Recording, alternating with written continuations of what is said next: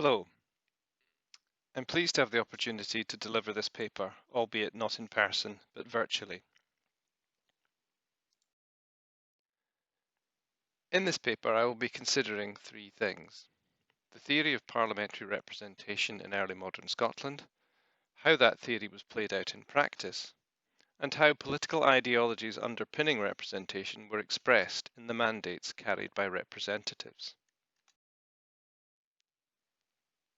Representation in the medieval and early modern Scottish Parliament was feudal in that all of the king's immediate vassals, both clerical and lay, were bound to attend, to give counsel, make law, and consent to taxation. Bishops and abbots represented the church, and along with the peerage they received individual personal summonses to Parliament.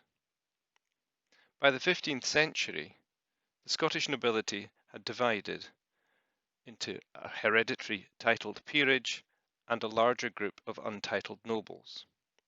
Those untitled nobles generally ceased to attend Parliament. Alongside those who received personal summons, there was an elected element in Parliament. Urban representation was, like that of the nobility, based on a feudal relationship with the crown. Only the royal boroughs, which paid a share of taxes and enjoyed exclusive economic privileges, were represented in Parliament. Each borough had magistrates and a council, drawn from the merchants and craftsmen of the town. It was that council which chose the borough's representatives, known as commissioners. Until the later 16th century, from their entry into Parliament in the 14th century, they were the only elected members. There was, however, an anomaly. The untitled nobility, the lairds, largely disappeared from Parliament during the medieval period, yet they remained liable for taxation, and during the 16th century they began to press for representation. In 1587, a statute was passed so that all lairds with lands above a certain value could elect two of their number to Parliament from each of Scotland's 30 counties. Thus, from 1587 until its demise in 1707, the Scottish Parliament included two elected estates, the estate of borough commissioners and the estate of shire commissioners, alongside the estates of prelates and magnates who attended by personal summons. Commissioners were furnished with a written mandate called a commission. These were issued in the name of the electors, the magistrates and council of the borough, and the freeholders of the shire. These documents reveal the tension between the concept of the commissioner as a delegate of the electors and their freedom to act independently. All commissioners had plena potestas. In the words of one commission, they had full, free and plain power, and the electors promised to hold firm and stable whatever things our commissioners shall do.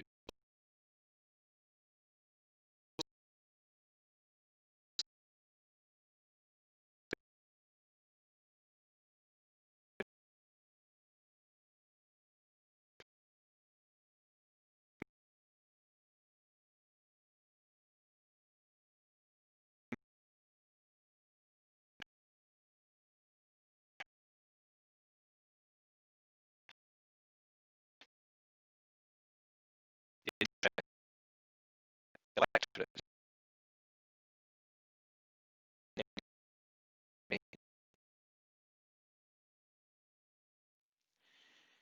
Now I will move on to considering the operation of those principles to explore the nature of the relationship between the electors and their representatives. One thing that suggests that parliamentary commissioners were seen as delegates was the almost universal adherence to the requirement for them to have a stake in their constituencies. Borough commissioners had to be active resident merchants, while shire commissioners had to be qualified to vote in the shire they represented, and they were almost always resident in that shire.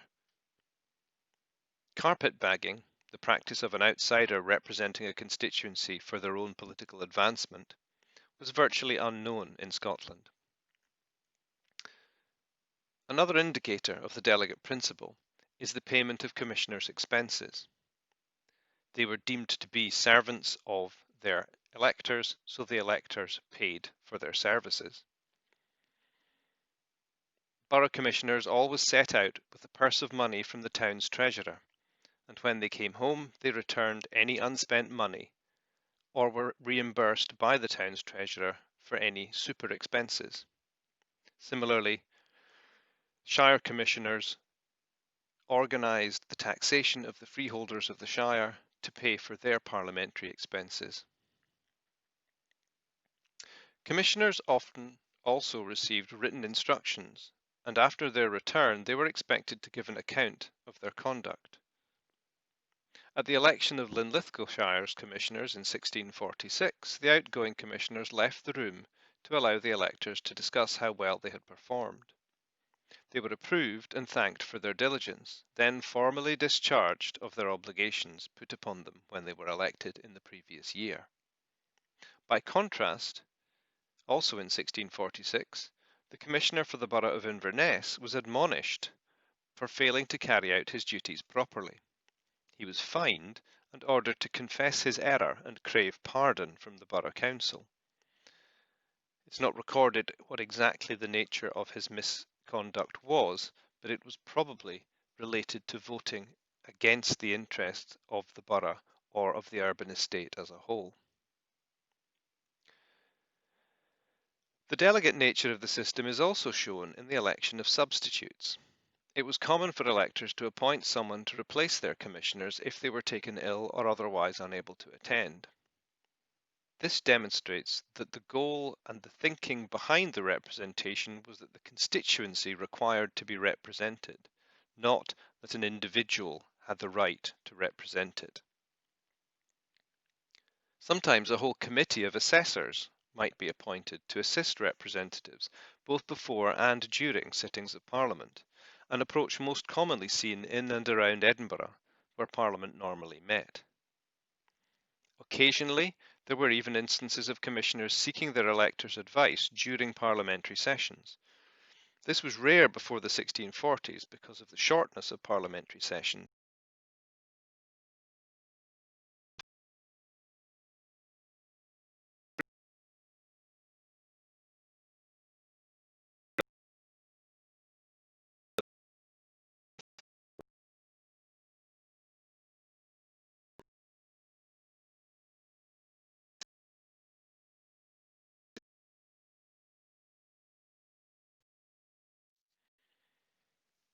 Having outlined the principles upon which representation was based, and some aspects of how it operated, for the next section of this paper I will look in more detail at an aspect of the documents carried by the commissioners. First, something about the survival of commissions. We don't have a complete set of commissions for every parliament until after 1660. We are, however, lucky to have almost all of the commissions from the Parliament of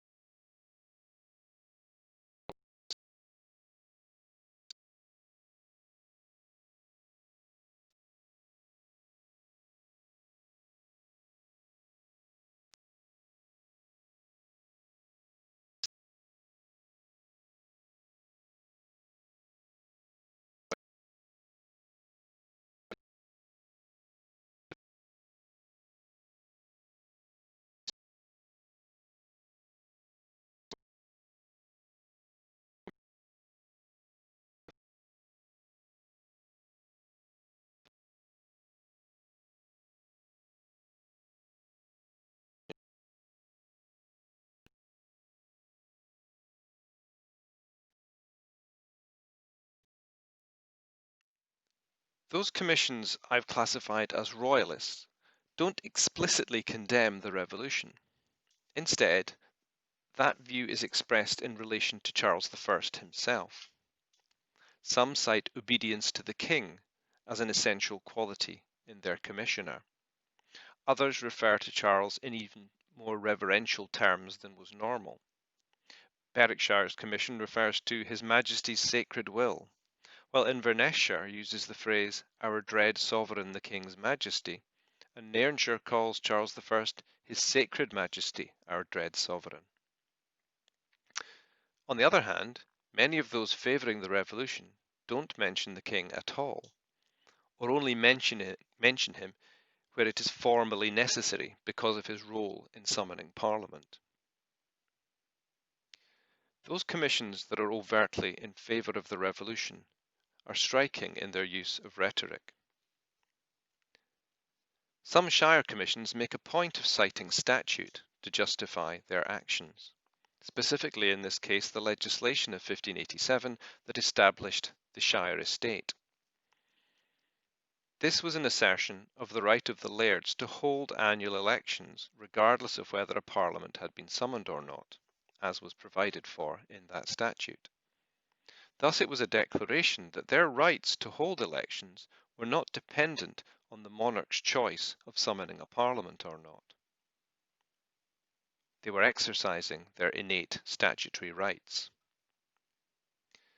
What could be described as a stronger constitutionalism is also to be found in some commissions. The Commission for Kincardineshire references the need to uphold Scotland's fundamental laws. Others cite the laws and liberties, or the laws, liberties and privileges of the kingdom. While the commissions for Jedburgh and for Roxburghshire empower their commissioners to engage with any business competent to a free parliament. The words free parliament were a touchstone expression of the revolution and an assertion of the idea that parliament should not be constrained by the king. The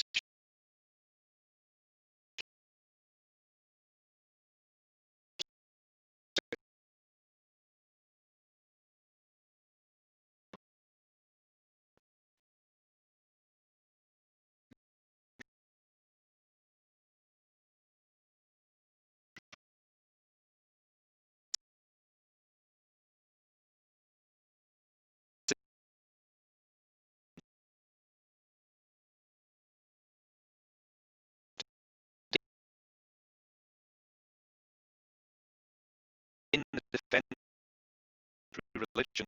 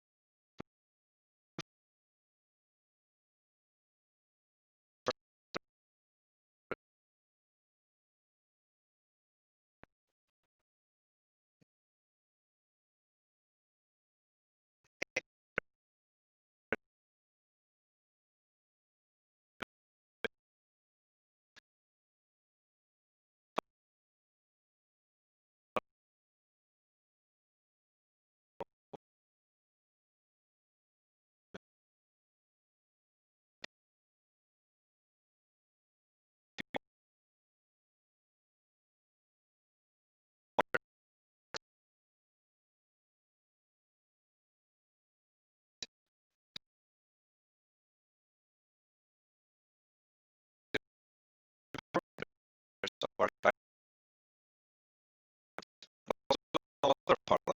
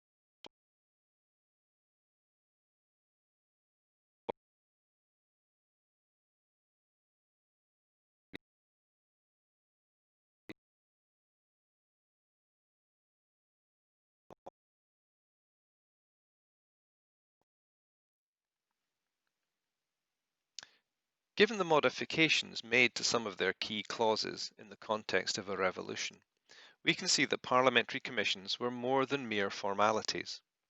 They were self-consciously fashioned to convey ideological messages which were probably read aloud to the assembled commissioners as they gathered ahead of the parliamentary session.